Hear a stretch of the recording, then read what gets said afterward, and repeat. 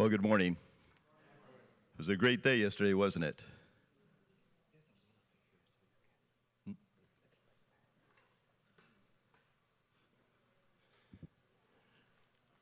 I was actually planning to walk up and down through the aisles. Now you got saved from that.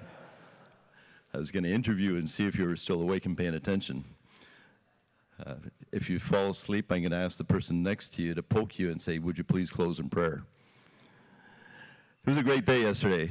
I don't think I've ever been to a picnic of any kind where we not only had barbecue pork, but barbecue steak. That had to be a first. It was phenomenally good tasting.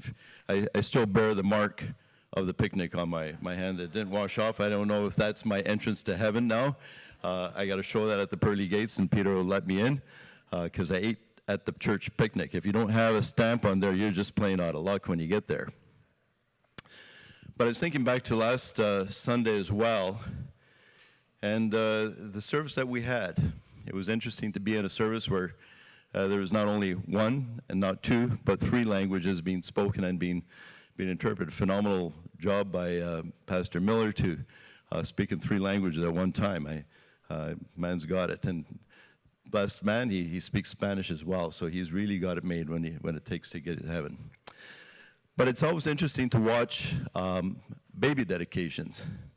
As a pastor, I've been involved in several of them, and they're one of the more pleasant things we get to do as pastors. We get to be part of the milestones in people's lives.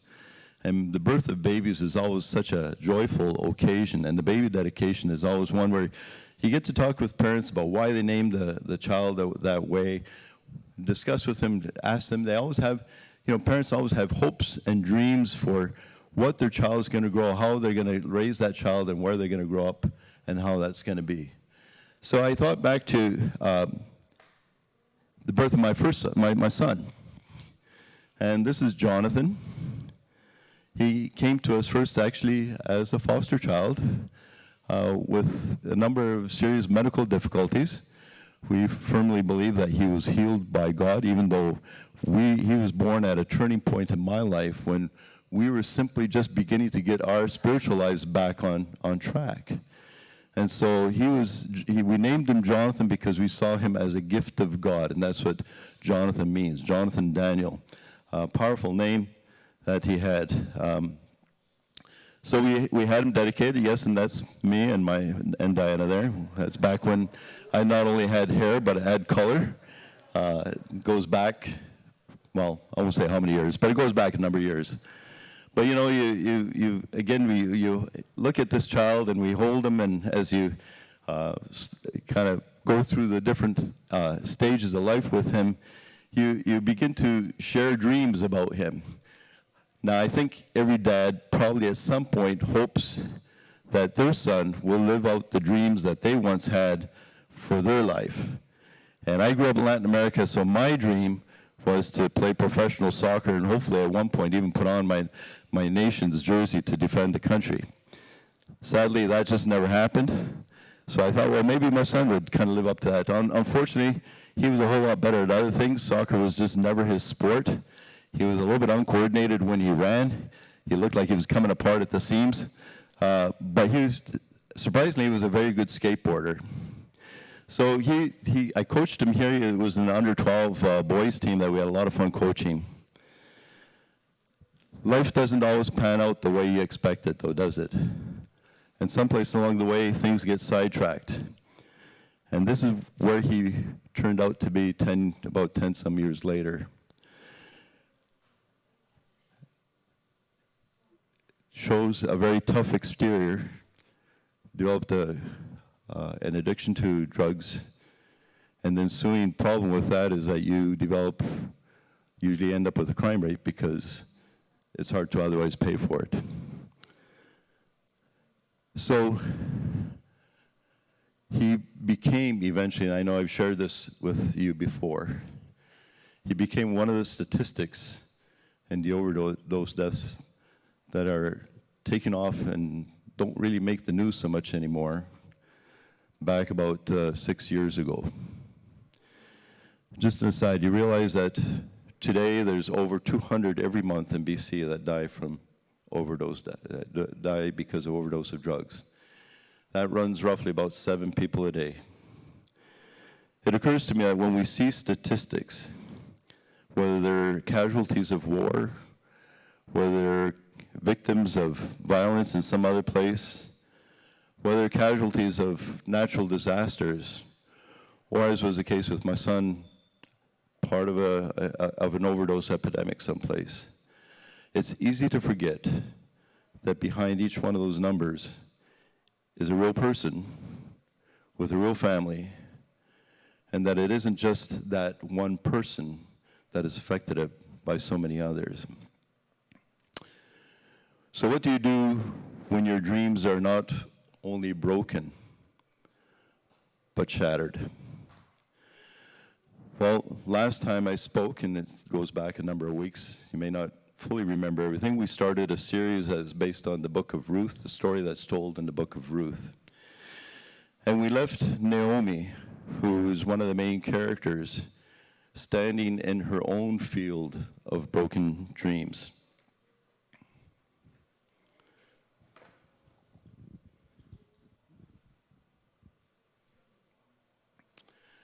Well, how did she get there? Well, the first 5 verses, and I had them read for you again today just to kind of refresh your memories, summarize this way.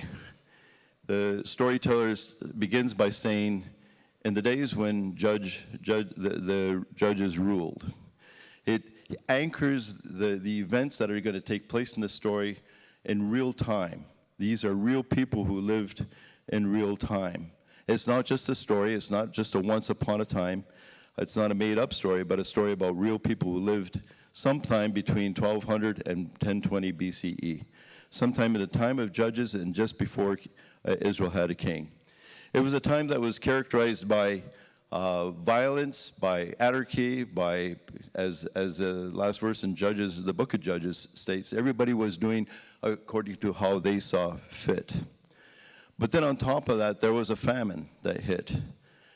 And now we're not talking about showing up at the store and finding some bare shelves, but we're finding a time of not being able to produce anything. There is no warehouse stored with anything that we can order in and we can go back the next day and get our supply of food. It's an extreme scarcity of food where there's nothing to put on the table.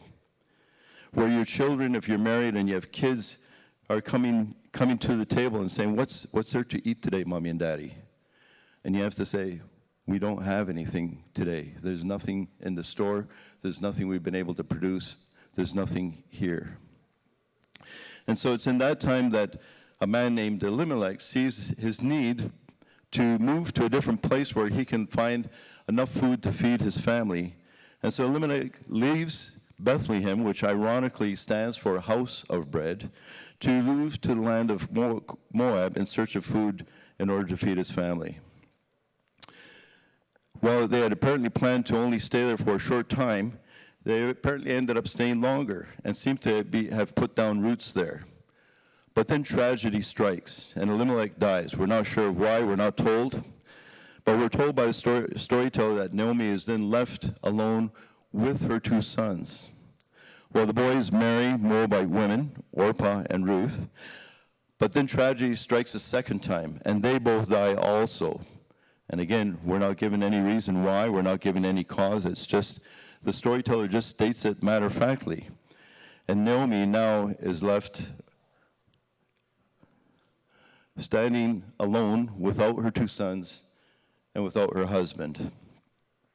Her situation is not just one of great misfortune, but of great loss. It's not only a loss of any of the relationships as important and as dear as those would have been to her, but it's a loss of any means of support and protection.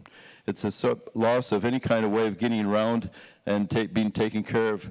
And to top it off, she now lives in a foreign country without family or friends close by. Hers is a situation of destitution and desperation. As I've thought about this, a woman, her situation today would be somebody who would end up homeless down on Vancouver East Side, to give kind of concept of what it meant for her to be in the situation which she was in.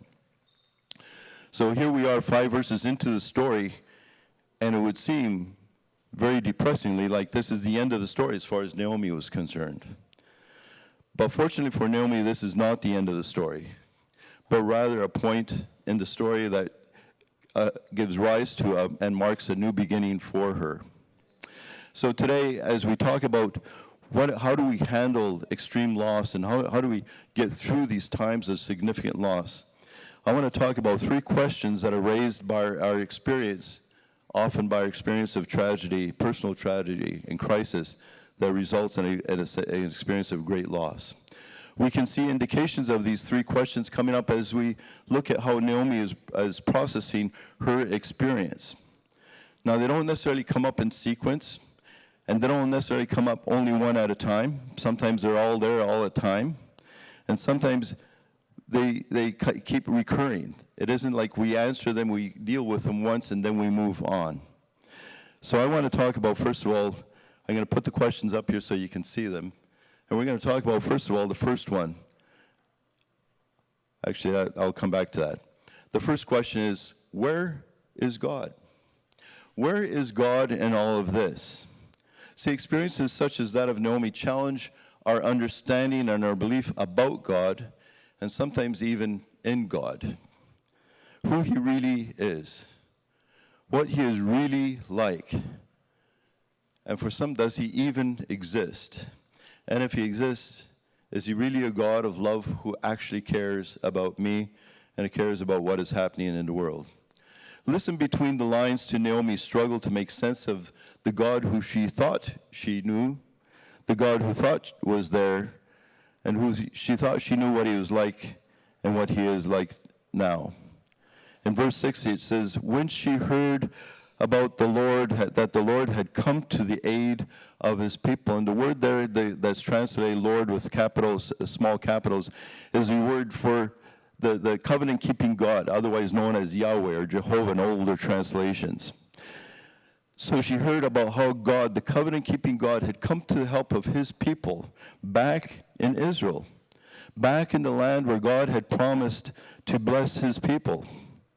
And it must have raised the question in her mind, at least, had she and her family removed themselves from God's blessing by leaving their home in Bethlehem, by leaving the promised land and going to live in this land of Moab, a land of people who at one time, at different times, were great enemies of the Israelites as well. Had her sons crossed the line and stepped out of the blessings of God when they married Moabite women? Was God now punishing them for that? It would seem that Naomi was inclined to believe that when she says, the Lord's hand has gone out against me. And later on, when she arrives back in Bethlehem, the first thing she says, the Lord has afflicted me. The Almighty has brought misfortune upon me. See, when things happen, we begin to question, where is God in this? Is he engaged in this? Is he actually causing this to happen in my life? Is God getting even with me? It's most likely that what the storyteller's first listeners and readers would have thought as well, that God was definitely judging her. Yet there's no indication, and we need to be careful when we read stories and read scripture, that we don't read into it something that the original writer or author is not saying. There is no indication that the one telling the story says that this is true, that God is being judgmental in her life. It also seems to be the assumption, though, as I've studied this, of many who study this story today. So let me ask you, what about you? Do you see this as God's judgment in her life? The famine, the death of her husband, the death of her sons, leaving her where in the situation she is. Does that fit with how you think about God? Quite often what we believe about God, who he is and what he is like and what he does, says more about us than it does about God himself. And furthermore, I think we need to be cautious about forming our belief about God based on the words and emotions expressed by somebody such as Naomi, who's going through a deeply emotional, tough time. What we will discover as we go through our study of this story is that some of these things I have up on there when we highlighted them last week, is that God works out his plan and purposes in various ways that don't always fit with our perspective and our thinking about the way he should be working. First of all, God works out his plan and purposes often in the darkest of times, even when it seems that like he is either not there or at the very least doesn't care about what is happening. The whole story is placed in the time of the judges, when judges ruled. At that time, as I said, is characterized by violence, by anarchy, by infighting, by all kinds of things that made the country less than a pleasant place to be living at that time. It was characterized that it says, in those days, Israel had no king. Everyone did as he saw fit. Ironically, Elimelech's name means God is my king. Yet he left the land of that they would have believed it was the land of promise. But then on top of all that, there was this famine in the land. And so there's this expectation that how is God going to work through this? If you find yourself living through some kind of tragedy in your own personal life, or we look upon we get news about the war in Ukraine, or we hear news about things that happen in other places that don't always make the news so much, such as Ethiopia, where there's hundreds of thousands of people who have died in the last while, been killed. Is God at work there? Can God be at work in the middle of that? Well, the truth is, God works out his plan and purpose through very ordinary people going about their very ordinary lives. And in the middle of chaotic times such as the one that is described here, there are still small communities of ordinary people who are doing their best to go about their everyday ordinary lives. They're getting up every morning. They're putting food to the best of their ability on the table. They're getting their children off to school. They're cooking meals. They're washing clothes. They're going off to work. They're interacting with each other. Meanwhile, all around them, there's chaos. Even places where there's wars taking place, there are pocket communities of people who are adjusting to life in that situation and are simply going about their everyday, ordinary lives. One of the things to keep in mind here is that all the main characters that show up in the story, and there's 3 of them, are primarily very ordinary people. They're living ordinary lives. They're dealing with their everyday things and struggles that we might have as well. And that should be encouraging to us, because you may feel that your life is pretty ordinary. Your life is pretty humdrum, maybe mundane and boring. And how does it connect at all with anything that God might want to do? How is there any way that the ordinariness of your life can be something that God can actually work through to accomplish something bigger and through you and as a part of your life? You may feel too ordinary to fit with anything that God might be doing or want to do. But in this regard, note that there also in this book, as we go through this story, there are no miracles that take place. God doesn't show up in a dramatic way. Sometimes we think when God shows up, it has to be dramatic. There has to be something tremendously exciting and dramatic that happens. It just does not happen in the book of Ruth. And God is only mentioned twice as actually being directly engaged, and both those could be understood as interpretations of the storyteller of what took place. So in fact, God works out his plan and purpose kind of beneath the surface through ordinary people. You know, it has occurred to me sometimes when we look around what is taking place, perhaps even in our own communities, and sometimes doesn't it cross your mind, somebody should do something about this. And some of us would make it say, why doesn't God do something about this? I've come to the conclusion, this is my personal opinion, so take it for that, is that I think God is thinking this: why don't you do something about this? I left you in charge of the earth. I put you as caretakers of the world. What are you doing to change what is happening around you? And I think God wants ordinary people to just get so upset and uncomfortable with what is taking place around them that they do something, even something small, to make their part of the world a better place to live. So God works in the darkest of times. He works out through ordinary people. But God also works out his plan and purpose through our times of personal tragedy and crisis. Those times when we think God is particularly distant.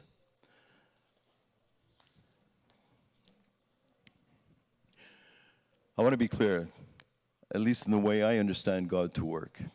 I don't believe for a minute that God makes bad things happen.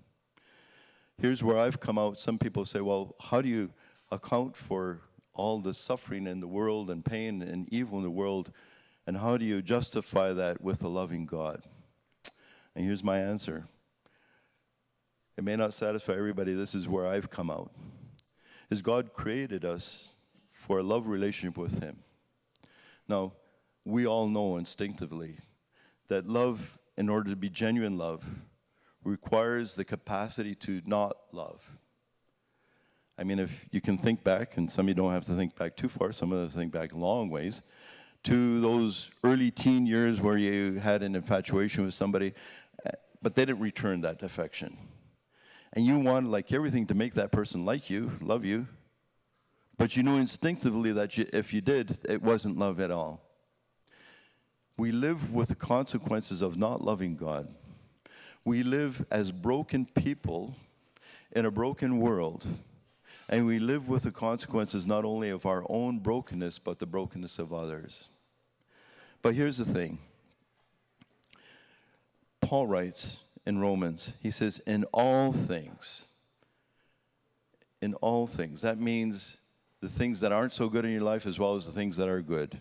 In all things, God works for the good of those who love him, who have been called according to his purpose.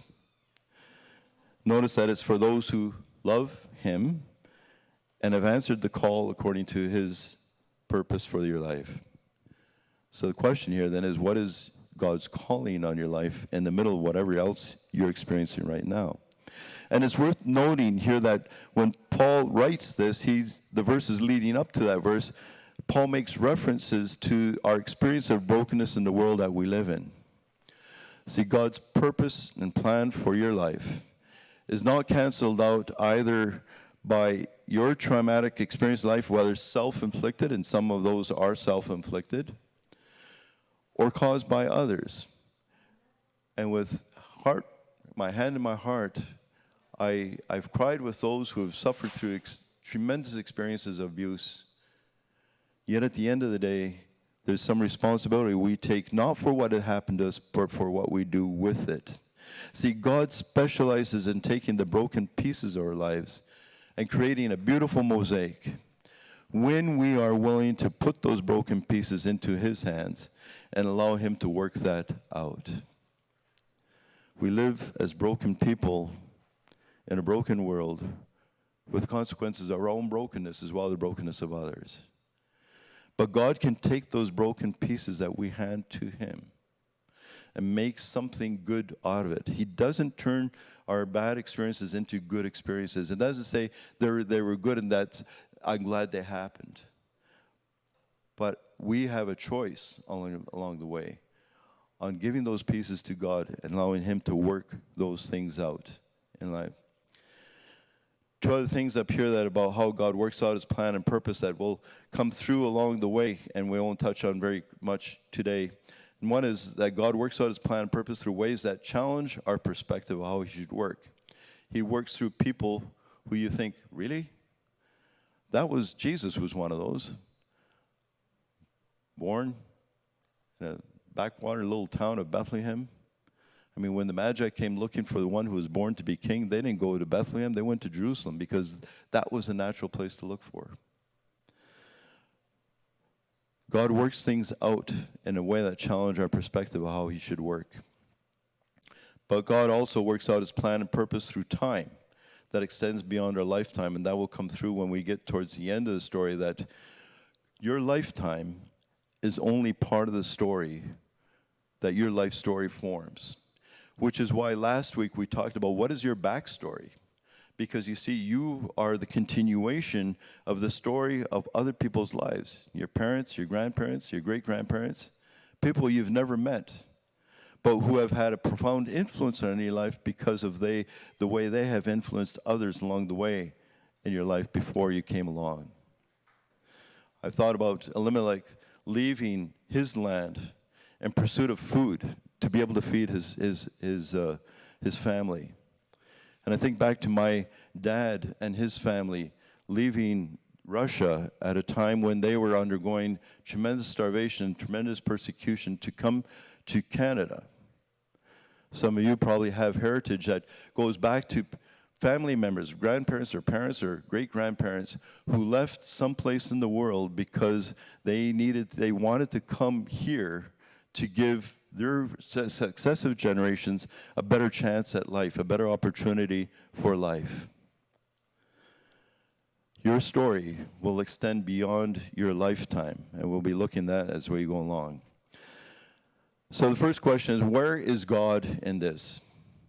And by the way, it's very difficult to understand that completely. But the second question that is often raised in these times of great loss is one of our identity, as in, who am I? I'm wondering, how would you answer that question right now? If I were to walk through here and just put the mic over to you, I'm tempted to do that. I won't, don't worry. And to say, who are you? How would you answer that question? What is your identity tied to or connected with? I retired a couple years as a full-time pastor, and believe me, this being able to come here on a part-time basis is a new lease on life for me. It's a gift. Because one of the things I had to work through is, okay, now that I'm not a pastor anymore, who am I? Much of our identity, how we perceive ourselves to be, is formed by external things. Our relationships. I'm a father, or a mother, or a husband, or a wife. Or I'm a caretaker for those whom we love. I'm raising my children. I'm taking care of them. Or I'm a caretaker for my aging parents. Or my aging spouse. I watched my sister go through that experience with her husband who had Alzheimer's, and what she had to sacrifice in order to look after him. I watched that in terms of both Diana's mother and my mother, as they were caretakers for our dads before they passed away. Our identity is tied to maybe what we do for a living. Our job, our career, our profession, our position, whether in an organization or in society or in government. Our possessions. I'm the driver of a 1965 Mustang. That would have been my identity when I was like 19 years old, and I was quite proud of it. 289 4-bell ragtop. But who are you if all of that is taken away? When everything is stripped away, what is left of who you are? Listen between the lines here again as we listen to Naomi, who is lost and wrestles with that question and struggles with her own sense of self-identity. It seems that they had already started out on their journey back to Judah when Naomi has second thoughts about whether her daughters-in-law should actually accompany her. So she says to them, and listen to how she talks to them, "Return home, my daughters. Why would you come with me? Am I going to have other sons who will become husbands? Return your home, my daughters. I am too old." Now, I look out over here, and there's very few gray hairs, so there's very few who think yourself too old, I'm sure. But some of us at some point say, yeah, I'm too old to do that or to be that anymore. That dream died a long time ago. But she's already saying, I can't be a mother anymore, and I won't be a wife anymore. Those were my identities before. I was Elimelech's wife, and I was Mahlon and Chilion's mother. And now I'm too old to do those things. Who am I? He goes on to say, the Lord has gone out against me. Her identity up to this time then was as a wife and a mother. And honestly, in her time, for a woman like her, there was probably little else to give her a sense of identity. And furthermore, she felt now rejected by God. She felt unqualified to be even asked for any help from her God. She saw God was helping her people back in her homeland. But notably, she isn't asking God for help herself. Well, the third question here raised by those times of great loss is, what do I do now? And often I now think about this a lot, because the why question, why is this happening? Why is God allowing it? Can rarely find a satisfactory answer. It's what do I do? It's something that I'm in control of. I can make a decision. I can be part of that. It's even understandable to get stuck in our grief, to get mired down in our feelings of lostness and pain and grief. You see, grief and pain, both physical and emotional, if we're not careful, can make us quite self-centered. And again, I'm not being critical about that. I'm saying this is a natural thing when you are undergoing pain. It's very difficult to actually be focused on thinking about anybody else but yourself, because it becomes so personal. You've maybe known people whose theme song is, "Nobody knows the trouble I've seen." And they begin to engage in this self-centered pity party to some extent about how bad things are. And things may be terrible. I don't want to minimize the sense of grief and pain at significant and great loss. We need to experience that and go through those things. We can see indications of that in Naomi when she says to Orpah and Ruth, "It is more bitter for me than for you." And I'm thinking, if I was Orpah or Ruth, I would say, hey, just hold on a minute. Our husbands died too. We're kind of left destitute as well. We don't even know if we're welcome back into our father's home, because Naomi is saying, go back to your mother's home. I don't know what that implies. I'm not sure. But I'm saying they have lost their sense of identity as well. Yet Naomi seems to be more focused on herself than on them. Two symptoms that we are stuck or in danger of getting stuck in the grief of our pain, at our experience of great loss, is the blame game. We begin blaming others, and others may be to blame. We begin blaming God, and Naomi blames God for that, rather than taking responsibility for what we can do with what has happened.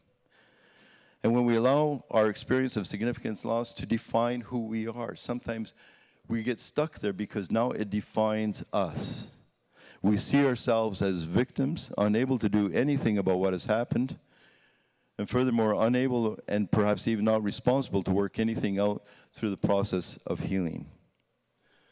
But healing itself can only take place as we begin to work through those stages of grief, going, yes, from the initial shock and denial, which are natural, to embracing the experience of emotional and physical pain in a healthy way, not in a masochistic way where you just kind of get off on being pained, but you begin to take that experience and say, how can I grow through this? And that leads to a sense of reorganization and integration of what that experience can do while moving forward in our lives. Notice, I don't say moving past. When some people say, well, you'll get over this. Truth is, you don't. You get through it, and you continually get through it, but you don't get over it. You don't necessarily get past it. We still, at times, even as I prepared for today, go through that experience of grief and loss and process that all over again at the loss of our son. But you see, every experience of great loss can be a doorway of opportunity to a new life that we may not have imagined or thought of before. As Joan Chittister writes in a book that's entitled A Story of Ruth, she says, loss is simply the invitation to begin another life, to take on the rest of life, to develop the fullness of the God life within us. There are several indications in the story of Naomi that she begins attempting that and seems to be determined to do that, but seems to go back and forth as she continues wrestling with the first two questions at the same time. And that is so natural. First of all, when she heard that God had come to the aid of his people, it says literally she arose and prepared. That involves the decision-making to say, I'm going to take responsibility for myself. I'm not going to sit here and mope over this. I'm not going to sit here and do nothing, but I'm going to try to do something. And in this case, it was a decision to act on the information she had received that had come her way. And so it says she left where she had been living, and she set out on the road that would take them back to Judah. Well, that may seem like a natural decision to us, and we would seem like, well, that's a natural thing to just simply head for home. It was a decision that was not problem-free for her. It would not have been an easy one for her to make. The journey would take several days, perhaps as much as a week, and it was a rugged path. It was not safe for a woman to travel alone or even to travel with other women. There would have been other concerns, I'm sure, on her mind. Would she even be welcome back home? How would she explain to those back home what had happened?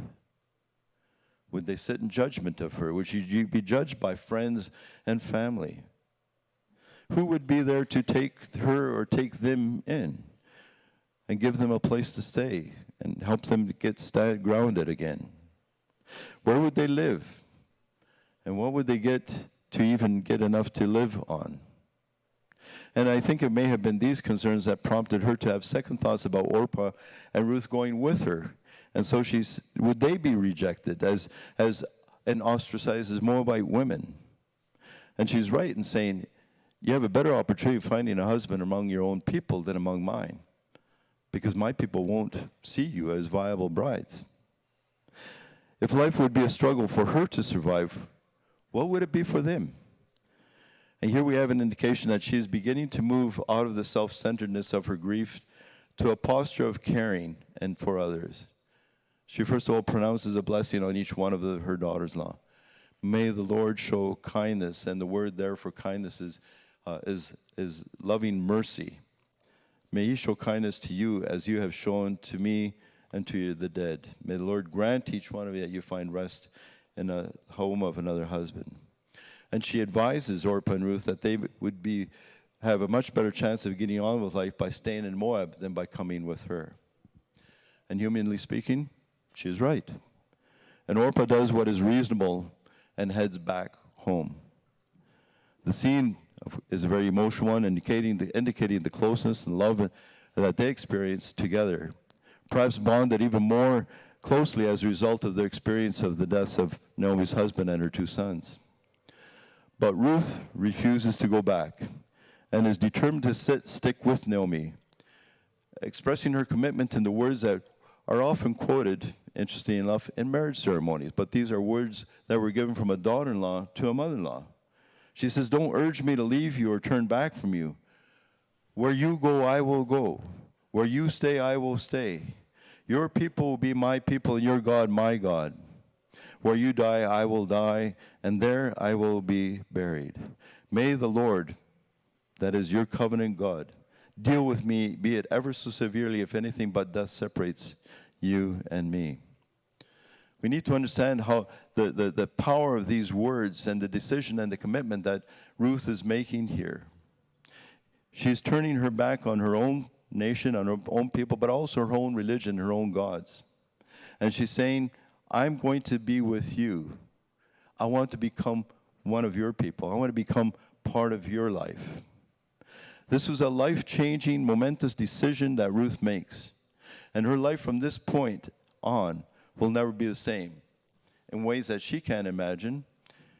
And honestly, the storyteller himself or herself can't imagine either, as we will see when we get to the end of the story.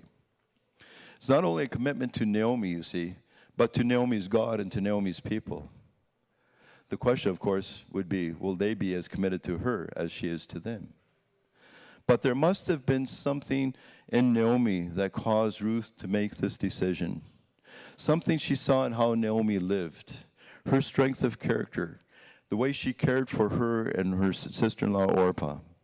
Something that perhaps caused her to realize that Naomi's God and her worship of her God affected her life and her lifestyle and how she lived. And Ruth wanted something of that. You see, ordinary people living out a godly lifestyle can become very influential in the lives of others around them. While Ruth's dogged insistence of sticking with Naomi is also an indication, I believe, of her strength of character, which will come into good stead for her. It will be much needed as she begins to face the challenges that are to come down the road for her. Not least of which now lay in the journey that was before them.